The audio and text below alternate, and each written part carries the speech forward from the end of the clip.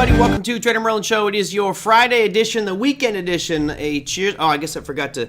Maybe I should just turn on my camera for you guys, huh? Probably better if I actually had the camera on for you. So we'll get that going here real quick. Hopefully that'll pop in. Oh, you gotta love technology. It's my Friday. Maybe I just didn't want to have the camera on for you guys today. It's my secret. Oh, no camera today? Oh, you gotta love that when my camera decides not to work live during the show. Anyway, I'll do a show without video if I have to here for everybody. There we go. I don't know what was going on there. My computer's having issues. Hopefully it'll make it through the show. I have to replace the power supply. It's making all kinds of noise. But anyway, happy Friday, everybody. Cheers to all of you. What are we drinking here today? Bib and Tucker. Thank you to my good friend Carrie for the Bib and Tucker. One of my personal favorites. Been a good one. All right, so I did things a little bit different for the weekend edition show. Since I had a little bit more time, I decided to position things and make it. I just started, Big Eb. I just started. First sip of the day right there on camera. So, yeah, I'm good now. I did something a little bit different, and I wanted to kind of stage the data here today, at least the way that we present it. So, obviously today, the 14th of July, we are going to talk about 5 kind of key topics for me personally for today, and we'll start with this one right here. I'm going to do the little pull back the curtains here. We'll talk about market gain. So let's go. Oh, thank you so much, Joachim. I appreciate that very much. Dankeschön. I will talk about market gains. This was a great week, all things considered. What I actually really found the most interesting was the way it ended right at the end, right? It was just such a bullish day. We'll talk about the earnings for JP Morgan, Chase, Wells Fargo, BlackRock in a minute. But you had all this positive stuff going into today. It felt like a pullback was coming. I had orders that I was just about to pull the trigger on, and I got sidetracked with other things, and I'm kicking myself because it would have been a great short, but you guys all know 3 words that mean nothing in this world: should have, could have, and would have. So none of those trades were made for me today, unfortunately, but we do have some interesting closes with the way that price looks. So let's start things at the bottom. I saw a question come through saying, what on earth happened to Bitcoin? Yeah, what an about face. Let me go and look at the spot here because I have my lines drawn on the spot price for Bitcoin, which are going to be a little bit better. We'll go put that up there. You had a total about face. I gave back all of the gains from yesterday, 100% of them and then some. So kind of crazy to see it go back that far. I didn't think that it would be. I kind of felt there'd be a little pullback, but not this significant. Down 3.89% in the last 24 hours on the spot price. Futures down 5.03% in the last 24 hours. So not exactly sure why that is. My guess would be some people just locking in profit here. I don't know. It seems like the optimism would be a bit higher than what we saw today. So the fourth point I'm going to get at here is going to talk about the SEC, and we'll clarify some things from yesterday. It wasn't an outright victory. It's not like the SEC got totally dismantled. They lost on some things, they won on other things. So it was a split victory, but part of it was just very positive for the crypto world. It was not a landslide one-sided victory, right? I would say it's kind of a 50-50 victory. SEC won on some things and Ripple won on something. So we'll look at that in just a second. And maybe that's the realization that we're still not out of the woods yet. There is still the question of what is a security, what is not. We haven't clarified that. We got a little clarity from the judge in that case versus Ripple, but still some way to go there. What I do like about this is at least it has not gone below this lower yellow box that you see on my chart right here, right? That's really important for me at this moment in time. I feel like it's just going to traverse sideways and pull a bar box here where we get to see it go sideways for quite some time. I'd like to see it move out of it to the upside, but you never know what happens with crypto because it's so darn crazy. All right, that was your worst performer out there by a good margin. Times the Bitcoin moves a bit with news, but it returns to its 4-year halving path, in my humble opinion.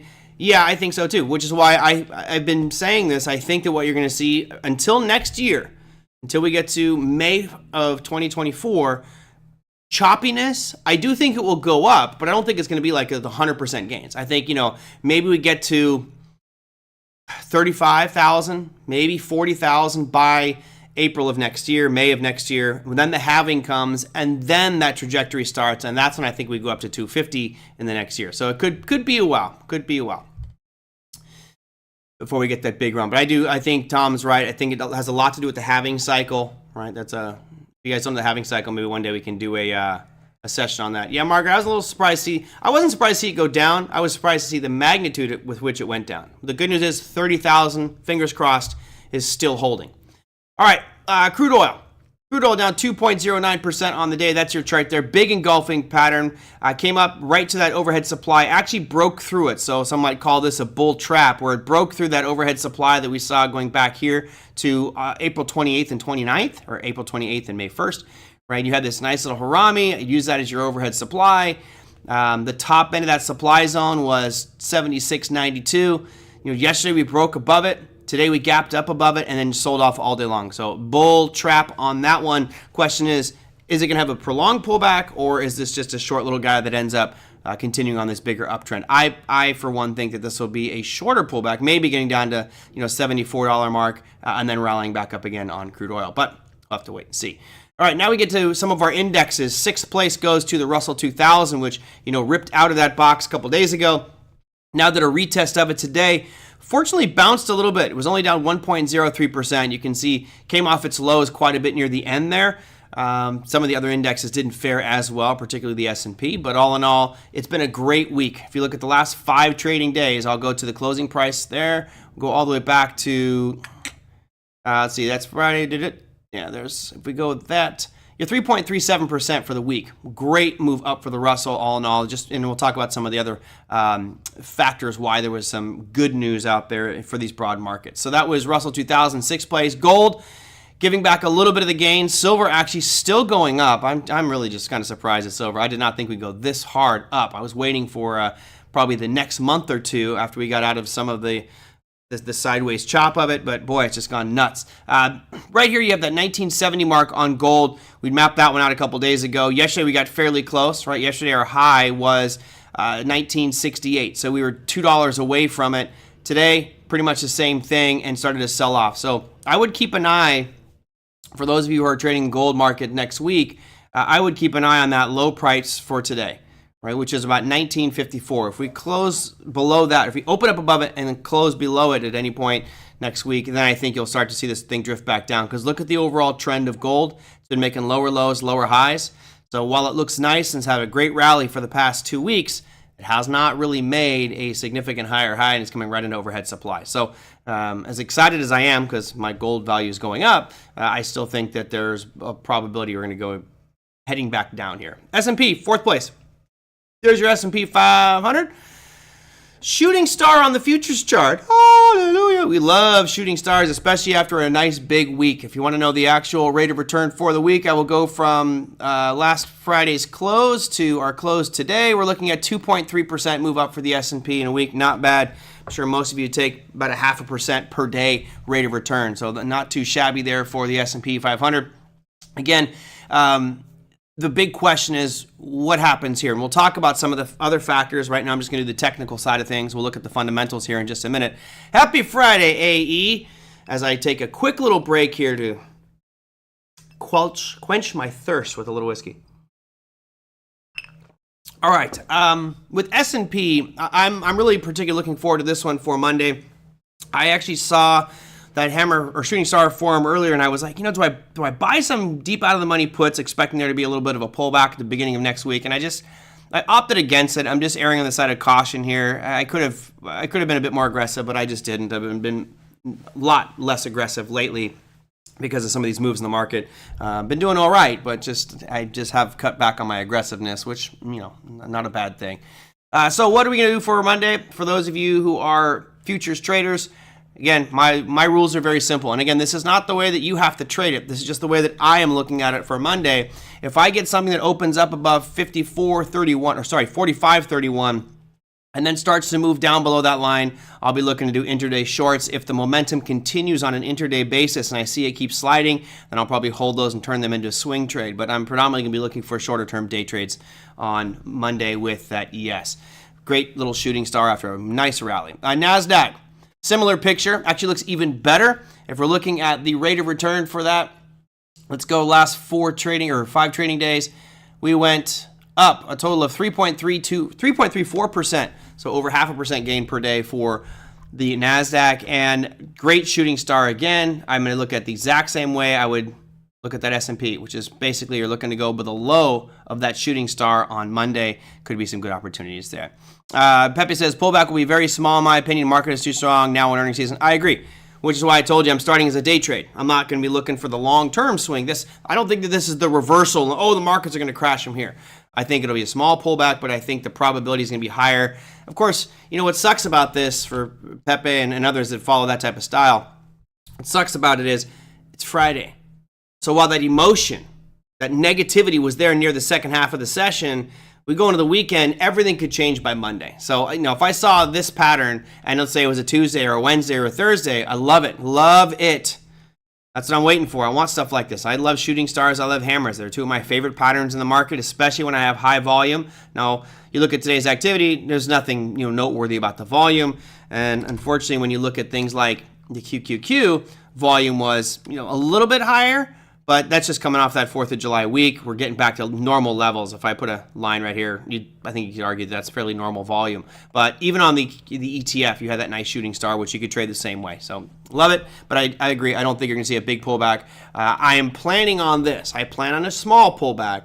But again, if for whatever reason that pullback continues to slide and get bigger and bigger and bigger, I'll add to the position. I'll let it ride, throw a trailing stop, and who knows? Maybe we get a bigger pullback because when we look at earnings, rather interesting, the results that happened today and the reaction by the market. All right, that was the NASDAQ we had there. Let's go to the dollar index, which stopped its massive decline. I know this chart looks crazy, but percentage-wise, this is a pretty big deal for our equity markets. You had a drop over the last 1, 2, 3, 4, 5 sessions of 2.28% for the dollar. That is predominantly why you saw commodities rip. A lot of commodities were doing very well today or over the past few days. But the question is, where's that dollar going to go from here? We are now in a little bit of no man's land, in my opinion. You look off to the left-hand side of this chart, I don't see any real strong demand zones. I don't see any. So actually, for me personally, it's down around 96. But, you might have a little area of pause as we get into this kind of 98 mark. But that's still a ways off from here. So I think that the probability is higher you're going to see this continue to drift down for whatever reason, right? I think it comes back to... I personally think it comes back to the FOMC and the Fed potentially doing another pause at the next meeting. I know they're still not pricing it in, but you look at the GDP numbers, you look at the CPI numbers, you look at unemployment, it's just looking better and better and better that there's going to be a pause for 2 second meetings in a row. Although here's their Fed funds futures. Right now they're pricing in a 96.1% chance. So it's getting even more money pouring into the wager that they're going to hike by 25 basis points. I'm still in the camp of no change. You can call me the 3.9%. I'm going to go on the weekend being Mr. 3.9%. That's it.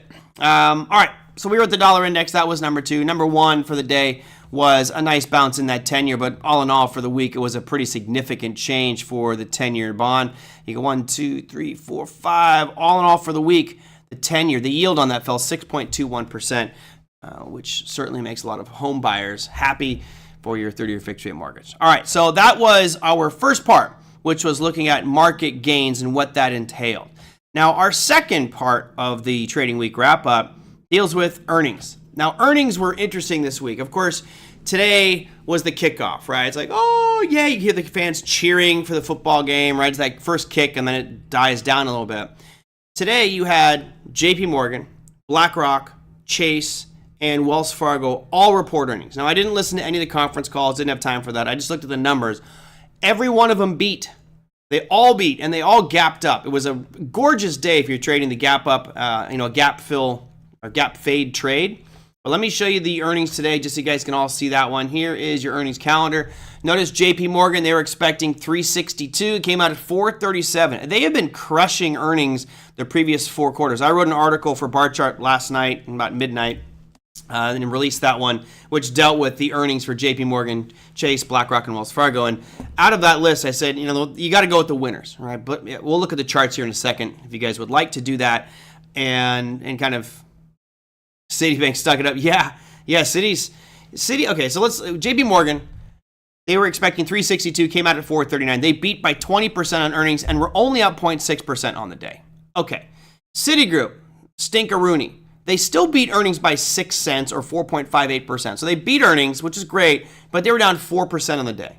Wells Fargo also beat earnings by 8%, and they were down 0.34%. And BlackRock, who, been making big moves, and they are just the juggernaut out there, they beat earnings as well by almost 10%, and they were down 1.59% on the day. But what's interesting is the price charts of these.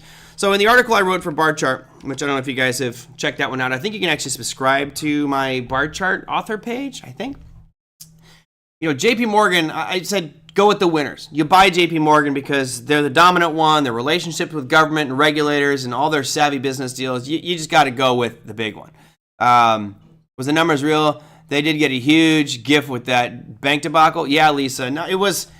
I wrote that in the article. I go, that was probably the deal of the century. The deal of the decade was what they got with FRC, right? Basically, here's a bank. You can go through and take all the good stuff, take everything that's good, and just leave all the crap behind, and we'll put that into bankruptcy. So you buy all the good stuff. And just to make it enticing for you, JP Morgan and Jamie Dimon, what we will do as the Fed or FDIC is we will backstop and guarantee maximum losses on anything that you bought from FRC of 20%. So I've got a guaranteed stop loss on a bank business that I'm buying of 20% down. Anything beyond 20%, I don't take any losses, but all the upside is mine, and I've already pilfered all of the good assets. JP Morgan made out like a bandit, and look at that price chart, right? If we go back to when this whole financial debacle happened, it was back here. Call it March 1st, right? JP Morgan is $143. When I wrote my article for the first time, I don't remember exactly where we were. I want to say down here, right around the bottom, around 124, and I was saying, here's the three banks that I would buy. JP Morgan, Bank of America, and Charles Schwab, which we'll look at in a second because they come out with earnings here soon. Not only Big Eb says Jamie and Joe are good pals, better. Look, Joe Biden, he's out there. The guy's kind of off his rocker. I'm surprised. He just seems incoherent sometimes. It's not Biden the one that I'm concerned with his relationship with. It's Jerome Powell. So when that whole financial thing went down, he was having private meetings with Jerome Powell and Janet Yellen. So you got Jamie Dimon, Jerome Powell, and Janet Yellen. Those are three major entities, right? Janet Yellen, Treasury, Jerome Powell, Federal Reserve, and Jamie Dimon, biggest bank in the world. You think there's no preferential treatment there? I mean, it's crazy. Crazy that they allow that kind of cronyism. Anyway, regardless, JP Morgan, still where I'd want to park my money because they're the ones that are pushing it. They're the ones that are making the great deals. They got the connections. You go with JP Morgan. Anyway, even with that great earnings beat today by 20%, look at they gapped up and sold off almost all day. They're one of the only banks today that ended positive. Here's Citigroup. Look at that candle on Citigroup.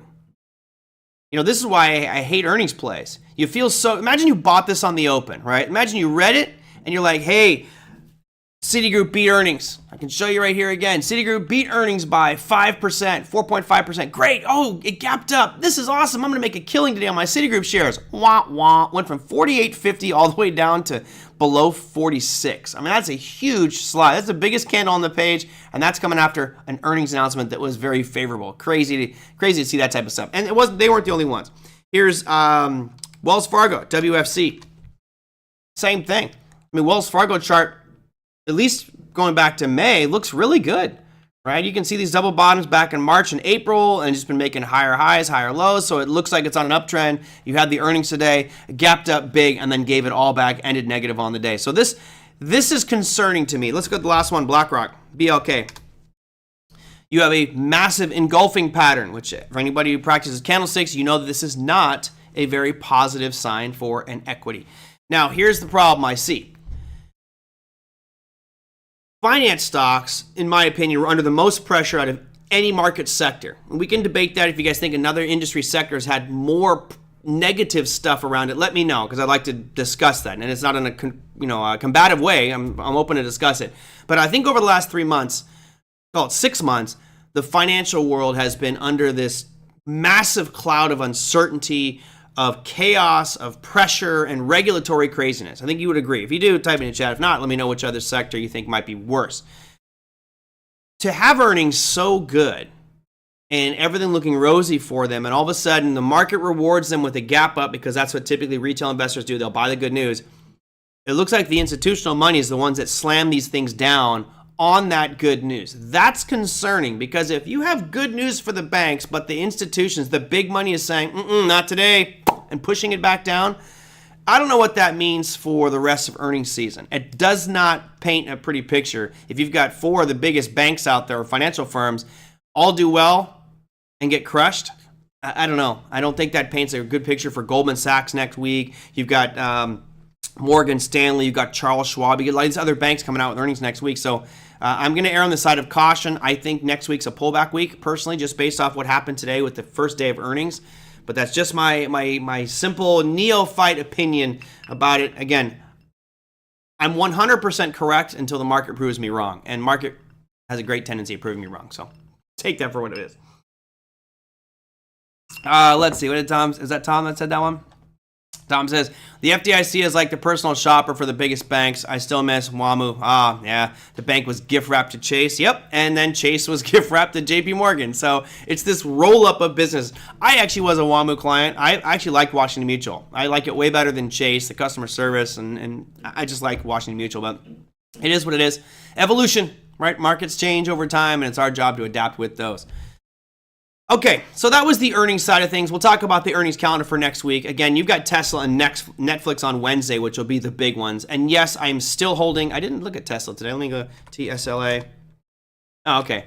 I will probably close out. Here's Tesla today. As you guys know, I have the 240 strikes. I sold the 240 puts. It was just some great premium. But their earnings come out on Wednesday. So I will probably close this. I just don't want to take the risk of it. I don't know.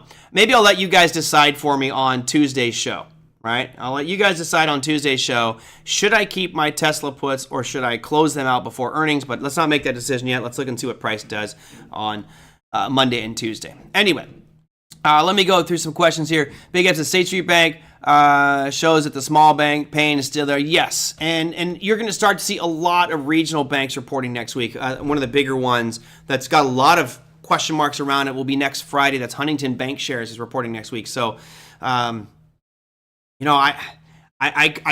was real optimistic this week for a lot of factors we're going to discuss on the remainder of the show.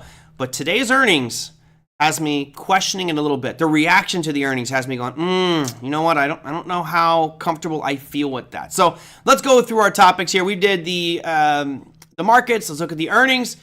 And of course, real quick, let's talk about inflation. This is probably the biggest story of the week. When we go look at our Forex factory calendar here, you had that consumer price index number dropping significantly. I mean, this is a great chart if you're bullish on the equity markets, right? You want to see this. The faster this gets down to 2%, the better for anybody who's long-term bullish. If you're near retirement, this is probably the prettiest chart that you're going to see. If you're 59, 60, this is the chart that you want to see right here, because this means inflation's declining. That means markets are probably going to do a bit better. It means you're going to get more favorable policy by the Fed and central banks to accommodate the economy and get it bolstered and move it higher. So this is a really interesting one for me, that we saw that CPI number decline. I didn't think it was going to be that much, but hey, I'm wrong again. I'm okay to admit it. Here's your PPI number as well. This is the producer price index, which doesn't have that big steep decline, but the good news is it's starting to oscillate above and below zero, which means that overall we're seeing prices decline for producers, which again is a good argument for markets moving to the upside. So that was your inflation side. Again, that is going to be the big driver for this right here. Because that inflation subsiding, that's why I'm still sticking to no raise. Those numbers are dropping so aggressively, yet markets are still pricing in a 25 basis point increase. I don't see why. Why do we need to increase rates another 25 basis points if all of the metrics that the Fed are designed to control are under control? Right? Remember, the Fed has a dual mandate. Fed's mandate is full employment and price stability. Price stability is a fancy way of saying inflation. So if inflation gets back under control, and it's falling aggressively right now, it most likely will hit that 2% target. Okay, unemployment. We're still historically low. So the Fed right now has the green light to not only not raise anymore, they have the green light based off the data that I'm seeing with GDP, unemployment, and inflation. They've got the green light to actually start cutting rates here soon. So don't shoot the messenger, I know. Let's see, what else I got here? Have you ever had Mike Sirik? Yep. He has a software now for legal insider trading, like for swing and position trading. Huh. Yeah, he was on the show a couple times. I like Mike. He's an interesting cat. I didn't know he had a software out. Maybe I'll reach out to him and we'll talk about that one. Daryl says, buy the rumor, sell the news. Was it payday today too? it is a good example of buy the rumor, sell the news. Everything that you saw today, forget everything we talked about already. Just scratch that from your record, Your Honor, and just think of all the news that we have for this week, plus those earnings. You would have expected markets to rally aggressively today. It's almost like there were people that were just waiting for an opportunity to lock in some of those gains this week, and they used those earnings announcements as that lock-in point. Because look at the way the markets reacted today. And go back here. Let's go to let's do the SPY. Make it easy. So here's your SPY, right? Little red candle. It doesn't really look that bad, but look at the intraday chart. Here's your 5-minute chart. We started off strong. Here's our opening right here. All right, we gapped up, rallied for about a half hour, an hour, and then gave up the ghost. And why? Good earnings, all things look positive. So it just feels like the big money is locking in profits here. Those earnings was a catalyst for things to jump up and them to sell into it. So that's why I'm nervous for the remainder of next week. Kind of where do we go from there? I mean, we had some big moves. Now look at XLE today, down 2.64%, down pretty much all day. Here's your daily. Man. All right, let's see, more questions. It means that the money is ripping off dumb money. Yeah, well, the market's ripping off dumb money. Always happens. Yeah, well, I won't. I feel like if I were to say that, it almost sounds condescending. Here's what the truth of the matter is, which I learned from my mentor many, many years ago. The market does what the least people expect it to do. And again, if I step back and look at everything that's happened this week, I mean, there's really nothing that's. I can't look out there and see anything to go, oh man, that's bad for the markets. Everything's good. A tanking dollar, inflation dropping. What else we have on the macroeconomic front? Great earnings, good news announcements. I mean, everything looked great. Therefore, I think more people were bullish going into Friday, which is why I came in today with a mindset of I'm going to go short this market if we get a nice gap up, and I just didn't pull the trigger. I chickened out. My fault. Damn it. Hey, Tibor, good to see you. Tom says, have you seen consumer prices shrinking? A six chicken finger combo and an extra toast costs $19. At least it fed two of us, but that doesn't look like deflation. Well, Tom, this goes back to a point I made a long time ago.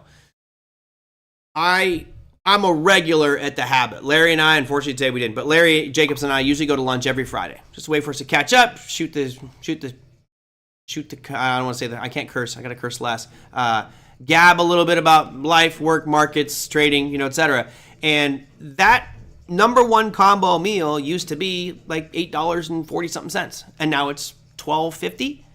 Right? That was in 2020. It was $8.50, and now it's $12.50. So we jumped up almost 50% in value or of cost for that same meal, same deliverable, everything. There you go. Shoot the breeze. Thank you. I was thinking of a 4-letter word, but I'll try to not say that. But Tom, you know the answer to this. Do you think, and everybody else, do you think that the Habit, because inflation has dropped so significantly from over 9% down to 3%, do you think the Habit's going to go, you know what? $12.50 for our number one? Let's drop that down to $11.50. Oh, no. The only way that they would do that is if all of a sudden they saw their sales numbers declining significantly and they had to entice customers back in. As John O'Donnell will say, the cure for a high price is a higher price. Just keep raising it, people will stop buying that item and it'll start to drop. But I will keep going on Fridays. Did you see any supply zones to explain the price reversals? No, I didn't. There were a couple markets actually that came up into some supply zones, but I don't think that's what caused the reversal. I don't think that today's reversal was supply or demand driven at all. I think this was just, it's going into the weekend. Let's take some profits. We've had a great week. One of the better weeks we've had in a while. There've been some great weeks, don't get me wrong, but yeah, there's no way they're going to cut those prices on burgers or drinks or maybe cars, right? The price of cars are definitely dropping, but that's a bigger ticket item. I can't see food prices declining. If I'm a business owner, I know we have a gentleman who runs a pizza place in here. Well, if he raises prices 20% and he's still making the same amount of sales, selling the same number of pizzas, but he's making 20% more profit, he's not going to cut that until he starts to drop. McDonald's is the solution for lunch? Oof. I'm trying to eat less fast food. I used to be addicted to the chicken nuggets with the hot mustard sauce. Oh, man. Anyway, sorry, I'm rambling. All right, so we got inflation out of the way. How much time is left? See, you're gonna get me gabbing. I'm gonna have to finish this glass of whiskey early today. Let's go into our next topic.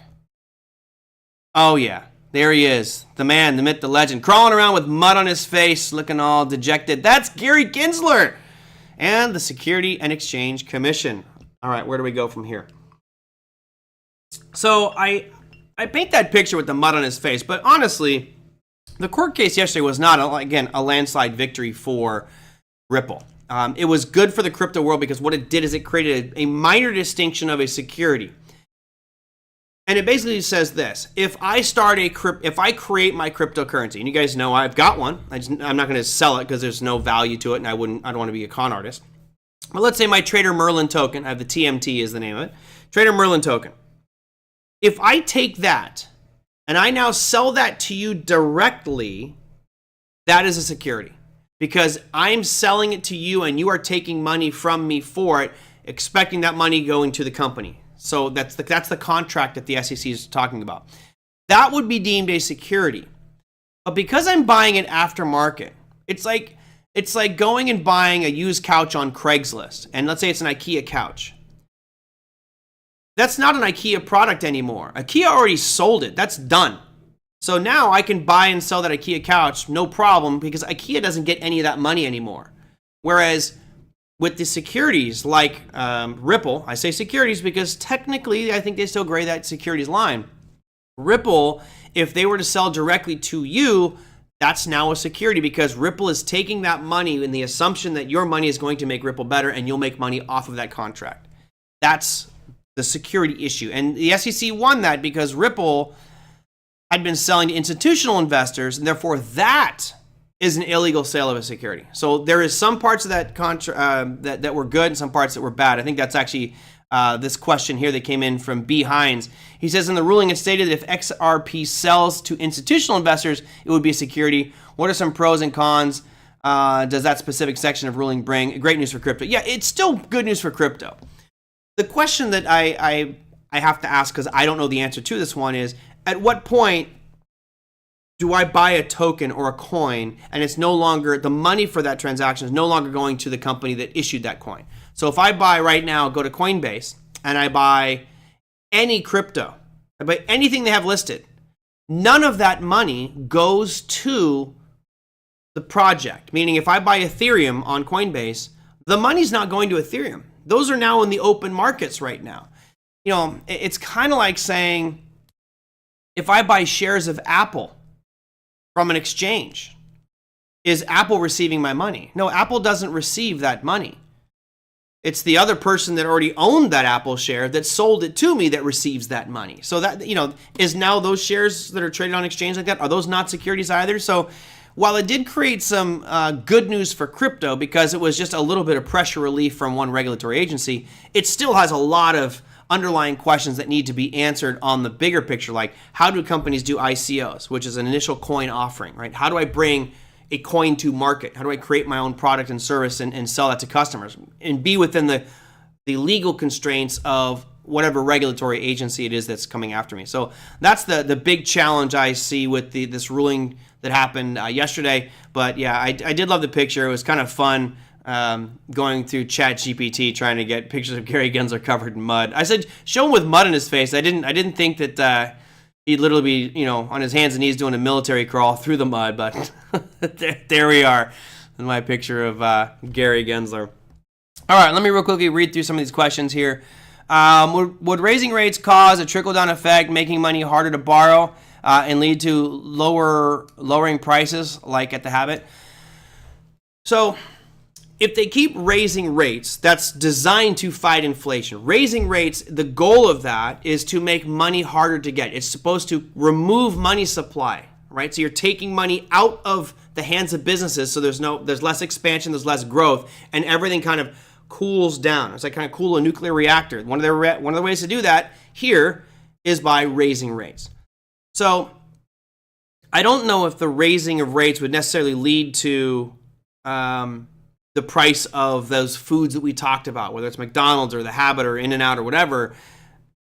That's not what's going to make them drop their prices.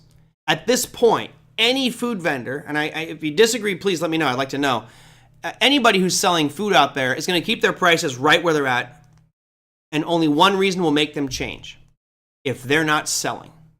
So there was, I I forget the designer. There was a designer, I think it was for Fendi or Dolce & Gabbana, one of these super elite high-end handbag designers, that their handbag was like, $1,000, and now they're charging $6,000 for the bag. And someone asked him about it. He says, people are paying it. So if they're going to keep paying it, I'll keep raising the prices.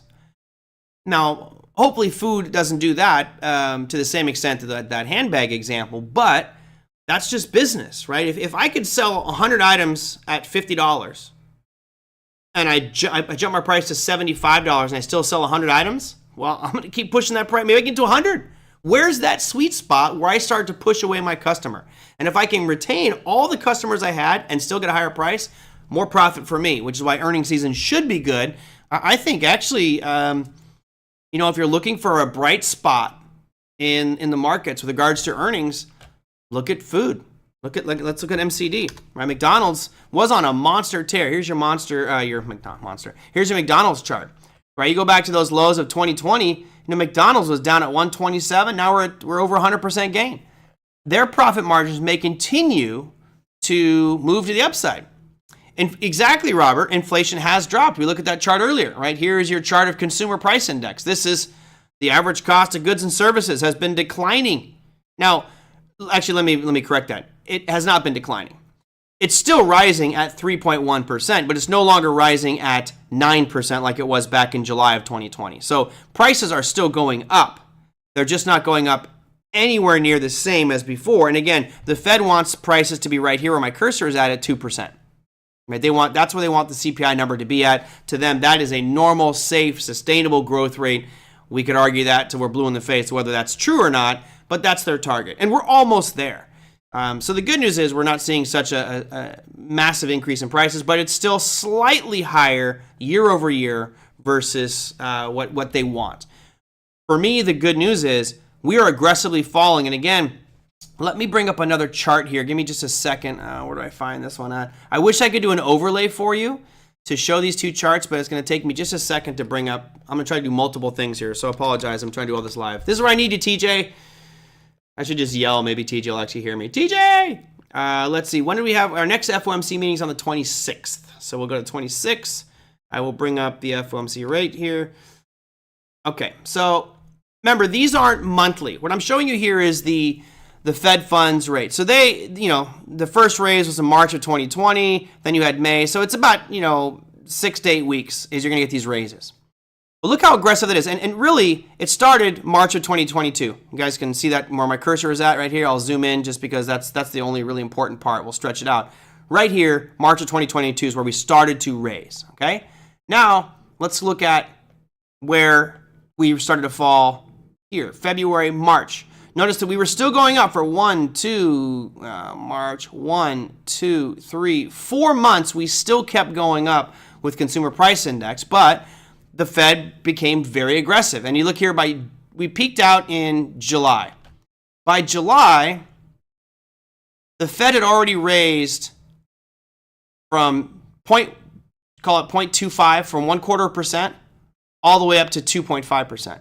So they raised 2.25 percentage points in the period where we were still rising up.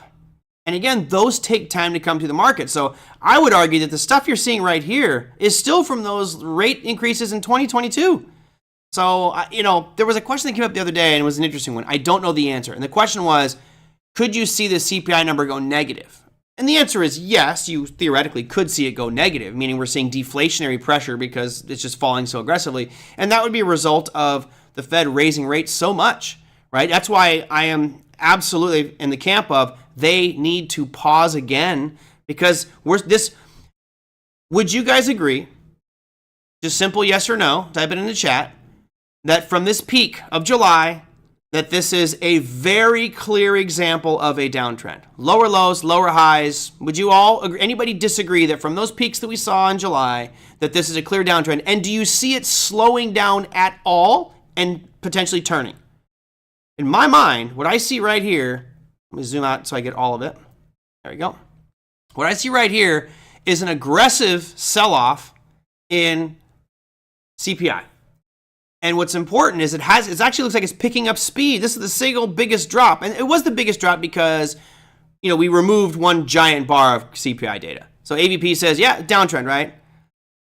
Noam says no pause. I think you need to, man. I think you run the risk of too many unknowns down the road. Right now, you have to let 6, 7 of these rate hikes filter into the economy and get to the point where we can actually see what they've done.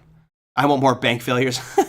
No, you don't. You don't want more bank failures. Come on, man. You probably got a 401k now. Everybody benefits from a good 401k, strong bull market. So, if we pause, I think it's healthier. If we raise again, I think you put potentially too much constriction on the economy. And again, raising again, what that does is increase borrowing costs, which means mortgages, car loans, borrowing costs for businesses, costs of capital all rise, and that slows economic growth, which the data shows it's not an issue. GDP looks okay. CPI looks fine. So does unemployment. So I don't see it. I'd like to have a discussion with someone on why that they should raise again. Why do you think they should raise 25 basis points? The damage has been done from their previous rate increases. What about the unemployment rates? Want to do the unemployment rate? I'll show you that one. Let me let's see. I'll look at a different chart here. It'll take me a second to find it, but let's go to calendar. I got to look at the last unemployment rate announcement. Filter, we will go none. We'll do unemployment, and we'll go just U.S. markets. Okay, so look at that unemployment claims. Unemployment claims. There's your unemployment rate. So what about it? So it's great. I mean, I'm going all the way back to 2003. Do you think that there's any issue here? Do you think there's any problem whatsoever with employment in the United States? Not at all. In my opinion, and this is going to sound really rude, I apologize. If you don't have a job right now, that's your choice. There are plenty of jobs out there, right? There's plenty. Now, you may not get the job that you want, but you can't make the argument that, I just can't find anything. That's BS. There is plenty of jobs out there. Looking at an unemployment rate at 3.6%, I mean, literally over the past 20 years, we've never been there. We have never been this low. So, yeah, I mean, I'll scroll back even further. How far back can I go? I can go all the way back to 2000, the roaring 2000s. We were still at 4% unemployment. So we are at historic lows. This is great. There's no reason to be worried about unemployment. Even if we got back to like 4.5%, that's still low. But remember, when we were peaking back here in unemployment in 2009, we were at 10%. Ben Bernanke and the Federal Reserve and Janet Yellen said, our target for full employment is 5%. It's right here. Well, they consider 5% full employment. We're way lower than that. So we actually have some room to move it up. And believable direction brings up a good point, and it's a very valid one. Does anybody really believe the numbers? No. I mean, I think new traders do. But having interviewed people in the industry, I don't believe the numbers. But it's what I have to go off of. Right? It's what price is what I'm going off of, but I need to think, if I'm an investor long-term, I need to think about what are those factors that are going to move that long-term needle for the market, and that's economic data. So there we go. Your recruiters only have 2 jobs to fill? Well, but they're recruiting for a specific job sector, right? There's plenty of jobs. Again, my point is, there's jobs, just may not be the ones that you want. Right? If you're a senior, engineer and you're looking for a C-level role, well, you might not get one. You have to take a step down. But there are jobs out there for people that will take a job. Let's see. Short. The government has full employment for themselves, even though most of the politicians. Yeah, I agree. Hey, JR. Hello, Mr. Merlin. Is there a particular outlook on whether the United States will continue its government spending, increase the availability of new contractors? While we have the current administration, if you have a Democratic administration, typically you get more spending, right? That's just one of the hallmarks of the Democrats. Given at least my opinion about it, and again, I'm not straddling the Democrat or Republican fence here. It's just facts. Given what's going on and some of the things I'm seeing comment-wise, even from friends I know who are diehard Democrats, I think they might have some problems in the upcoming election, and we might see another shift back to a Republican, and Republican will crack down on spending. So the Democrats are going to spend money. Republicans typically don't, right? They lower the taxes. They cut spending. Different schools of thoughts on how to get that economy going, right? Democrats, high taxes, tons of spending. Republicans would be lower taxes, a lot less spending. Let's cut it. So if you want spending, you got to look to the current administration. And they've been doing quite a bit of that. Why is this curve still inverted? Is that a sign of bad news? In my opinion, it is. in my opinion, it's absolutely a sign of bad news. And we talked about it yesterday. It's not just that it's inverted, it's how long it's been inverted and how long it's staying inverted. That's the part I don't like about it. It's just, it's been down here so long. It looked like back in March, like it was starting to get a little bit better, and now we've just continued to drift down. You know, historically, the 10-year is going to offer you more than the 2 or the 1 year, and it's just not that way right now. So, not really sure on how this gets fixed. We talked to Bill Addis. You know, he was saying that he was really concerned about this, hasn't seen it stay like this. His worry was stagflation, but that seems to have kind of dissipated based off the data. Remember, stagflation is a combination of 3 things: really high inflation, declining GDP, and rising unemployment. Well, we don't really have rising unemployment, so that's off the table. GDP is actually increasing, so that's okay. And inflation is declining. So that concern, they've gotten us out of that conundrum of the inflation, but are we out of the woods yet? That's the bigger question that I guess we have to ask down the road. Okay, I am going to wrap things up here. I want to go out and do some stuff today. So let me go and look at your calendar for Monday, just so we can get that out of the way. The earnings calendar, there's really nothing cooking on Monday. It all starts on Tuesday. Let me get rid of all my filters here, and here you go. So for for Monday, really the only big piece of news for the U.S. markets is the Empire State Manufacturing Index, and the reason I think that's important is it's such a big component of GDP. Manufacturing were the 2 components that are actually pulling down our GDP number. Both non-durable goods manufacturing and durable goods manufacturing were big pulls down in GDP. Even though we got 2% GDP, they were negative. So it really be interesting to see what this Empire State Manufacturing numbers look like. You can see here below 0, you know, that's a sign of pessimism, and it doesn't look that great at this moment in time. Hopefully we'll start to see it run back up and get above 0, and then it contributes to GDP, and then our GDP gets up to like 3-4%, and things are great. We'll see if that happens. What about this Fed Now program? So I did an interview. Oh, awesome. So I did a presentation for The Money Show yesterday. And if you look at my YouTube videos, I will post a video that I did for them. I'm going to post that video probably after the show. So if you give me like an hour, maybe half hour after the show, although I need to go and do some stuff, I will post a video. I did a 30-minute presentation on the Fed Now program and CBDCs very quickly. And I think it might answer your questions there, Margaret. Naum. I think it's decent. Now, there's a lot of facets to the Fed Now program, but let me post that video for you guys. Check on my YouTube channel at TraderMerlin, and I will hopefully get that one up here. I just got permission to post it. I've been waiting for that, so I officially got it. Look at Hood. Oh, wow. Rising from the ashes, huh? This thing was just sitting there doing nothing for the longest time. We said stay away from it because it's doing nothing. We had this line right here saying above $11, buy in. Looking great. You know, who knows why that is? I don't follow Hood anymore. I don't really care.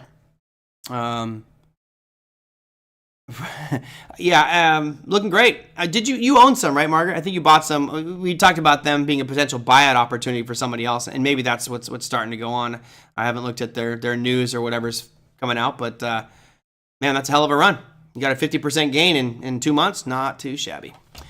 All right, that's going to do it for me for today, guys. I hope that you have a better weekend than Gary Gensler of the SEC, unless you're going to do one of those Spartan challenges. Stay out of the mud. Hopefully you stay nice and cool and dry because it's been hot out there. OC Fair starts this weekend, so I encourage you to come to the OC Fair and waste copious amounts of money on really bad food. Watch a bunch of piglets race around an arena, but it's always fun time over there at the OC Fair. So I hope you guys all have a fantastic weekend. Thank you for your support. If you like the show, apparently there's no thumbs up button anymore. You guys said there's no thumbs up button to like the show. That's kind of weird. Who knows? But anyway, hope you enjoyed the program. I will see you guys on Monday. And let's see, anything else going on? I've got a presentation I'm doing with Larry talking about cryptocurrency and digital assets. You can find that through Online Trading Academy. It's a focus session, so we'll be doing that one. I think that's going to be Monday afternoon after I do this show, so I'll get you more information and links if you guys are interested. But that said, have a fantastic remainder of your weekend, everybody. Cheers. Do something fun. I'll see you on Monday. Take care.